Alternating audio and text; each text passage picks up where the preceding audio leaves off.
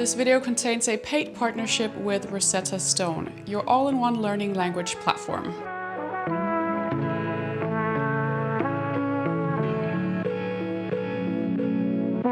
Does anyone else hate packing? Now, I don't necessarily hate the contents of my suitcase. It's more the process of packing that I definitely find to be one of the most stressful parts of traveling. It's really easy to start overthinking every possible scenario. What if I want to wear this? What if the weather changes? What if this happens? What if that happens? And before you know it, your suitcase is just totally overflowing. If you've ever heard about a little something called the jam study, you'll know that having too many choices in front of you is going to make life so much harder for you. Limitation, on the other hand, can feel very liberating. It makes you feel calmer, it makes you feel more confident in your choices. It's just sometimes figuring out what to actually limit yourself to can be quite tricky. And I'm not talking about packing cubes or how to neatly organize your suitcase here. What will really help you here is defining those essential pieces that can help you create endless outfits with ease, even when you have fewer items in your suitcase. So today I'm sharing, or rather resharing, the 5-4-3-2-1 packing method that you might have heard me talking about before, a method I first learned about through a blogger called Jen Boson. And I'm going to build a travel capsule wardrobe using pieces from my closet to show you just how many outfits you can actually create with very few clothes. So the trick is to be intentional about what you actually pack and how these pieces might work together. Okay, so this year we're staying in Denmark for the summer holiday. So for this specific travel capsule, we're going to be packing for a cottage getaway with my husband and our 2 small children. Let's look at some facts before we dig in. Let's start with the 2 questions that I always ask myself when I'm curating either my entire wardrobe as a whole or even just a smaller section like today, making a little travel capsule. And the first question is, how do I want to feel during this trip? And the second question is, what do I need my clothes to do for me while we're there? Let's have a look at it. So Danish summer weather can be quite indecisive. So I need something that can both cover me for the warm and the cooler temperatures. Right now it looks as though it's going to be really nice weather actually. Mostly summery, around 25 degrees, sunny, but you just never really know with Scandinavian weather. So we are going to spend a lot of time walking, exploring, playing, perhaps swimming, also just lounging around. So I will be needing no fancy shoes or clothes that are very delicate. I need something I can move around in, something that is not, prone to stains, or at least stains that won't come off, but something that still makes me feel somewhat put together. I still want to feel like my best stylish self. So I need my travel capsule to be comfortable, I need it to be practical, but like I said, I still want to look nice and feel like me while we're there. Now, the cool thing about this packing method is that you can alter it exactly how you need. You've got the 5-4-3-2-1 framework, but you get to decide which item to put into each category. For example, I'm bringing 5 tops, 4 bottoms, 3 pieces of outerwear, 2 pairs of shoes, 1 simple dress, and then of course a bunch of accessories. So like I said, I've got 5 tops here and 4 bottoms. If for some reason you need to switch that around so that you're bringing 5 bottoms and 4 tops instead, you do you. Also, if it's a shorter trip, you can completely delete one of the numbers. So it could be a 5-4-3-2-1 or maybe even a 3-2-1 if it's a super short trip. The cool thing is simply that it kind of forces you to think deeper about the pieces you're actually bringing with you instead of just headlessly filling your suitcase with, just in case items. So again, we're not doing the whole minimalist suitcase just for the sake of it. We actually have a thought behind it. And of course, the purpose is to bring a higher sense of calm, more confidence in what you're bringing, but also what you're wearing when you're there. And I feel like this is a great way to explore your style. Like when you're traveling, it's a great opportunity to get more connected to what you actually like wearing. And then of course, the lighter suitcase is a really nice bonus, especially if you're traveling with a carry-on only. One thing I've realized over the past few years is that packing isn't the only thing I like to prepare ahead of a travel. I actually also really like preparing myself. And even though we're staying in Denmark this summer, I've actually continued taking English lessons with Rosetta Stone. So if you've been thinking about improving a language that you already kind of know, or if you've been wanting to finally start learning that one completely new language you've always been thinking about, I'm going to work. I'm going to work. He's going to work. He's going to work.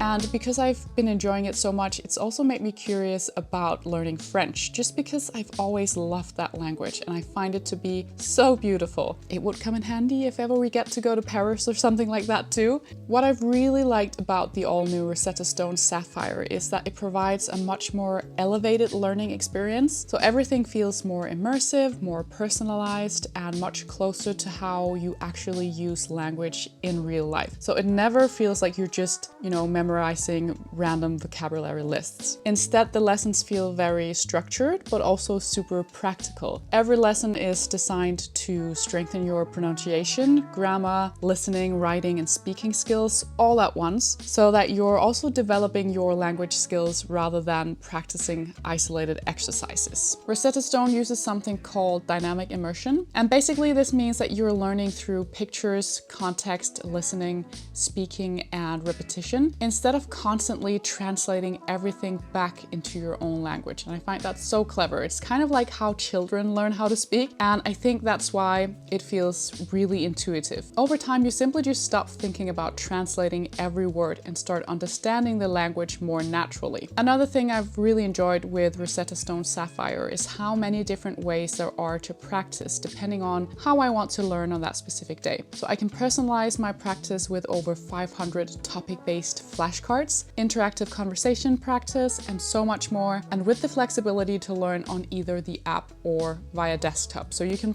pretty much practice wherever you are during the day. And because speaking is the part that I find most intimidating, I like the features like chat missions and true accent speech recognition, which lets you practice real-life conversations and get instant pronunciation feedback from native speaker audio in a completely judgment-free space. This makes speaking feel much less scary because you're practicing in a space where it's completely okay to make mistakes. No one's gonna hear it. I think learning a language is a little bit like packing a good travel capsule. You're not trying to prepare for every possible scenario. You simply give yourself the tools to feel more confident wherever you end up. So if you've been thinking about improving a language you already speak, or finally learning the one you've always wanted to learn, through the link down below you'll get an exclusive offer on a 12-month Rosetta Stone subscription. And this gives you access to all 25 different languages so that you can choose whichever language you prefer. But for now, let's get back to packing. So like I said, for this trip, I'm bringing 5 tops, so both some lighter ones for the more hot days, but also long sleeve ones and a sweatshirt for windy days or cooler mornings or evenings. Then I'm bringing 4 bottoms. So I'm bringing a pair of tailored shorts that go with everything, that's really comfortable and easy to wear. I'm bringing a skirt if I want to dress up just a little bit more, but still feel quite breezy and be able to move around. Then I'm also bringing a pair of jeans because sometimes it can get a little bit chilly either in the morning or in the evenings. Finally, I'm bringing a pair of joggers for when we're just lounging around in the cottage. The color of these joggers fit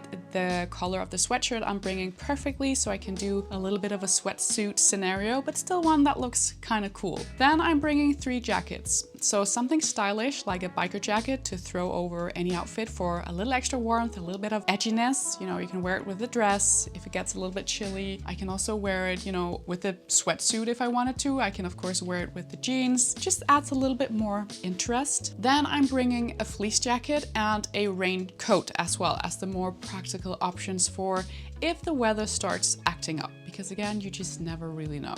The weather forecast may say sunny right now, but that could look completely different a week from now. Then I'm bringing 2 pairs of shoes. I'm bringing a pair of sandals for the super hot days, something that is easy to slide in out of, hands-free, but that is also comfortable to walk around in all day, and that also looks somewhat stylish. Then I'm bringing a pair of sneakers if we're doing even longer walks, or if we're just gonna go to the playground or something that require a lot of running around and walking around with the kids. And then finally, I'm bringing 1 dress.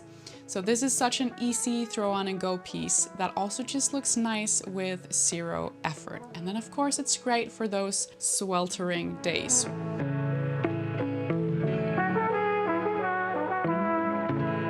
Something that's really important to think about when you're choosing which pieces to pack is of course the versatility between the pieces. So anyone can pack, 5, 4, 3, 2, 1, items of different categories, tops, bottoms, shoes, whatever. But you need to make sure that these pieces actually go together and that they can be mixed and matched. And I feel like that's the tricky part. That's where people often struggle. And I'm not sure if this is something that's been invented in another, shape or form before. I like to refer to it as the high-low ratio. And to me, it's something that, I've started calling it that because to me, it kind of strips everything back and makes it really easy for you to actually work with this mix and match approach. And you need some pieces that are both within the high level of the ratio, and you need some pieces that are within the low level of the ratio. You get to decide which pieces to place where. You get to decide how many pieces you want on the high side, how many pieces you want on the low side. Completely depends on your style, depends on how relaxed you want to be, how dressy you want to be, what you are doing, for example, throughout this travel, or if you're creating your wardrobe, how you need it to look so that it suits you and your life. So you simply need to make sure that there's a good balance between high and low, so dressy versus relaxed. This way you can dress everything up and down as you wish. You can go completely casual. You can make a nice little mixed outfit with some contrast and some tension, something that both has, some dressy elements and some relaxed ones. You can also go completely relaxed if you need to. The thing is that if everything is casual, if everything that you're bringing with you is practical and casual, you might end up feeling underdressed. On the other hand, if everything you're bringing with you is dressy or like on the high end of the ratio, you might end up feeling overdressed. It's really all about balance here, and you get to interpret which pieces are high and which are low. So it's totally up to you. So there you have it. That's my little travel capsule. Those are the pieces that I'm gonna bring with me for a little cottage getaway with my family in Denmark. I really hope you enjoyed this video. I hope you found it useful. A huge thank you to today's partner, Rosetta Stone, for sponsoring this video. Do make sure to check out the description box down below if you are looking to learn a new language ahead of a travel, or if you're just wanting to improve one that you already know. And thank you guys so much for watching. I really appreciate it. I wish you all a wonderful summer, and I hope to see you all very soon with another video. Bye guys.